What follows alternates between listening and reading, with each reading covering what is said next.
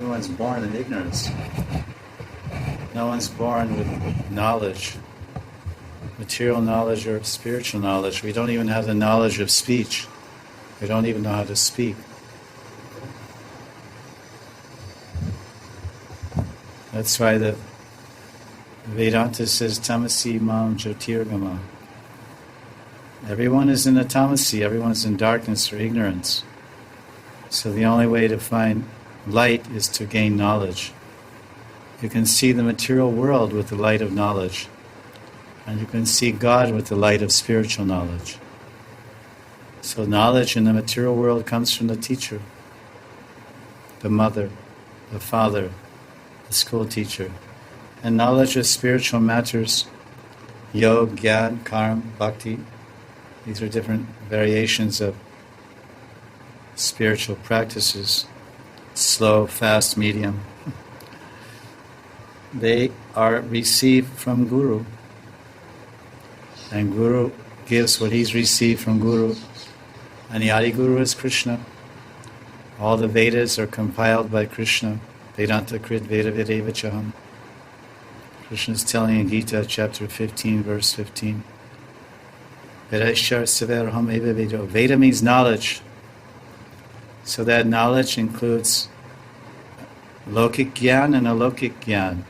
Knowledge of the material world, Ayurveda, Jyotirveda, Dhanurveda, Ashram Veda, Varna Veda, all types of knowledge about how to move in this world, how to maintain physical health, how to attain mystic cities. And ultimately, all of the knowledge that we receive in the Vedic paradigm has the same conclusion, moksha. Dharma, art, kam, moksha. So Vedic wisdom, Vedic knowledge, whether it's material knowledge about the body and nature, or whether it's spiritual knowledge about the Atma and God, it is meant to bring one to the same conclusion, which is the perfection of human life, which is liberation. People vary in their desires and vary in their outlooks, so they see and define and aspire for different types of liberation. Some are selfless liberations, and some are selfish liberations, and some are selfish and selfless, and some are selfless, loving relationships with the absolute are selfless, but the self is still there. Whereas the Brahman realizes self loses individual selfness and merges in Brahman. Sayuja Mukti. At least he merges in a type of eternal slumber of forgetfulness, because he denies his individual identity, and he wants to deny it. So an arrangement is made, but still, the undeniable fact is that there's living entity is always a particle of consciousness. They say that when you drop of water in a glass of water, then you can't find that drop anymore. But it's actually has a molecular structure, H2O. So if you had the power of vision, you could see that one drop appears to have lost its individual identity and appears to have merged in the other full glass of water. But if you look microscopically or with the chemistry, you can see, no, there's that little drop. So the drop is still there amongst all the millions of drops that make the amorphous, let's say the amorphous entity of the water, glass of water. So as far as I understand, even Brahma Sayuja, the eternal particle of consciousness, it feels and thinks forever that I'm one with this totality. But still, that minute nature is there. At least that's our understanding. Guru has a material side. Every guru is, if he's embodied, has a material side. He eats, he sleeps, he gets sick, he's happy, he's sad, whatever. The body is moving through different things. But what makes the guru is his knowledge and his understanding and realization of that knowledge. And moreover, it's the arrangement of the Lord. So the Lord himself, Krishna, Bhagavan Sri Krishna, he has not created, let's say, because there's no beginning to anything. But this idea of guru and disciple, spiritual teacher, like all ideas, there's Krishna. It's all aspects of Krishna. He's the one, Krishna tells in Gita, go to the guru. So you go to the guru is Krishna, Acharya Mam Vijanayan. Tadvigyanartam sagurum evabhigachat. Abhigacha means you have to go. Because some people, modern, lazy, atheistic people, they say, I heard this when I was a hippie in 69. Oh, when I'm ready, the guru will come to me. The guru will manifest. He'll just knock on my door and Haight-Ashbury and say, hello, I'm a guru. I think you're looking for a guru. That's how we believed. But the Vedas don't say that. Tadvigyanartam sagurum evabhigachat. Smitpani shrutyam brahmanishtam. Smitpani, in your pani, in your hands, you have to carry shami wood, shami lakri. Shami lakri is what the guru, traditional Brahmin guru, uses for the yajna, the wood from the shami tree. Smitpani shrutyam brahmanishtam. So Smitpani, that's the disciple, and he's going to the shrutyam brahmanishtam. He's going to the guru who's shrotriyam. He's a shrauta. Shrauta means one who's shruti. He's heard the shruti. He's heard from his guru, and he's heard from the shastra. Shrutyam brahmanishtam. And he's brahmanishta. He's fixed in Krishna consciousness. These are the characteristics. So Krishna says, you surrender the guru. When we say, oh, Guru Kripa, whose Kripa is it? Krishna and Guru are one. Is it Krishna's mercy coming through Guru? Is it Guru's mercy coming through Krishna? This doesn't work that way. It's Krishna. Guru is expression of Krishna's Kripa. Guru is said to be Kripa Shakti Murti of Krishna. Krishna is Lila Purushottam. Lila means alingata. Alingata, love. Lila. Li means lingata, means embrace. And la means lay low, take, accept. Krishna is busy embracing. So if you're busy embracing your coward boyfriends and your dear mother Yashoda and your beloved gopis and Radharani, how do you have any time to deal with conditioned souls? I'm embracing Radharani in the Kunja and you're crying out, oh Bhagavan, help me. Hey, later, man. I'm a little busy right now. I'm sorry, the number you have called is not accepting calls. Please try and call another time. Like 6 hours from now. Pratak Lila. You're out of range. You're out of range. Your phone is not, you can't reach that far. You're out of the coverage area. You've gone into transcendence. So the Guru, he laughs with us, he jokes with us, he eats with us. But he's carrying Krishna in his heart. And if you perceive that, then you can see he's Guru. If you can't perceive that, you don't see someone as Guru. Simple as that. Everyone's sitting in a waiting lounge, on an airplane. Some of those persons there may be God-realized souls. They're carrying Bhagavan in their heart. Wherever they go, they'll manifest Bhagavan. By their thoughts, by their nirjan bhajan, by their pravachan, by their glance. Devotee, bhakti dristi is not the same as a karmi dristi, as a vishayi dristi. The look of the devotee is not the same as the look of the materialistic person.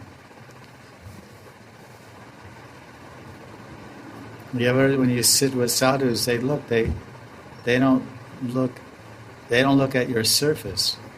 They don't look at the surface. Most people go to the ocean and see the waves. Fishermen look at the water and see fish. Oh, look at those waves. And you ask the fisherman, he doesn't see the waves. He said, no. This type of water means this type of fish inside. Because the wind is from a certain direction, there's a certain temperature, that's when these fish start moving up the coast. Let's go catch them. So he has a different dristi. Muchly, whatever, fisherman, muchly man. Muchly wala dristi. Because there's the devotee, what we see is that the devotee, there's someone dancing in his brain. So when the devotee, when he speaks, even he's in a normal place, people have any sensitivity to understand there's something different about this person. They may be curious. What is this vibration? What is this sound? Everyone emanates a silent vibration of their thoughts and energy, their aura, they call it aura waves. And everybody emits an audible vibration in their sound. That famous poem of Bhaktivinoda. You know that one? He who reasons ill, who says that Vaishnavas die, while living, thou art still living in sound, and while living try to spread the holy name around. So I'm listening to a great saint. And what I'm listening to, this great saint spoke this in 1966. 24 and 9? No, 34. 34 and 9 is 43. 53 years ago, this saint spoke this Shabda Brahman, spiritual vibration. Now I'm listening to it, and it's moving my consciousness, because this is consciousness vibration. It's moving my consciousness. It's not rock and roll, it's not 2-beat, it's not, reggae music or whatever. It's the Shabda, the transcendental vibration. So 50 years, 100 years, any time one hears that sound, thou art still living in sound. It's remarkable. I listen to tapes at Srila Prabhupada, and I feel like I'm there. It's just totally fresh and new. I'm sitting in 2nd Avenue. I hear the trucks going by. One who needs Guru, then Krishna will come to that person when he wants to. You don't even know. When I was sitting with my Guru for so many years, little did I know that I would be sitting with him for eternity, sitting on his left side, and worshipping Gaur-Nitai in the Yoga Pit, and sitting on his left side in Govindastali, and standing up to receive his tray after he does Sakhi Arti. Sometimes Lalita Sakhi offers Arti, sometimes Guru Sakhi offers Arti. Comes back, and then I'll take the tray, set it down, I'll offer Krishna Prasadi Mala to Gurudev, and then put Chandan on Gurudev's forehead. And then I'll sit down next to him and admire the beauty, and the gopis, everyone will sing songs to glorify Radha and Krishna. So that person that was my teacher and Shiksha Guru for so many years, 25 years. I always thought he was nice. I always liked him, and I always appreciated it. I went many different places, and I also heard very many good kathas. Very good, but somehow this particular sadhu and saintly person made some impression. Now it all seems so perfect. When you look back at everything, it's like It was always perfect from day one. But somehow I couldn't see it. I wasn't ready to perceive it. And I couldn't perceive it and I wasn't ready to receive it. And Krishna finally said, okay, I think you're qualified. Now you're ready to take shelter of my dear one, my Preshta. The gopis say, oh, Preshta, they're talking about Krishna. Oh, you're the Priya of the Priyas, the greatest of the Priyas, the Preshtam, the dearest of the dearest. That's a word that gopis use to describe Krishna, Krishna Preshtam.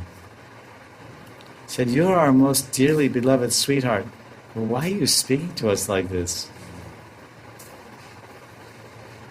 Of course, my mind is absorbed over there. Future type of thing. Very captivating discussions.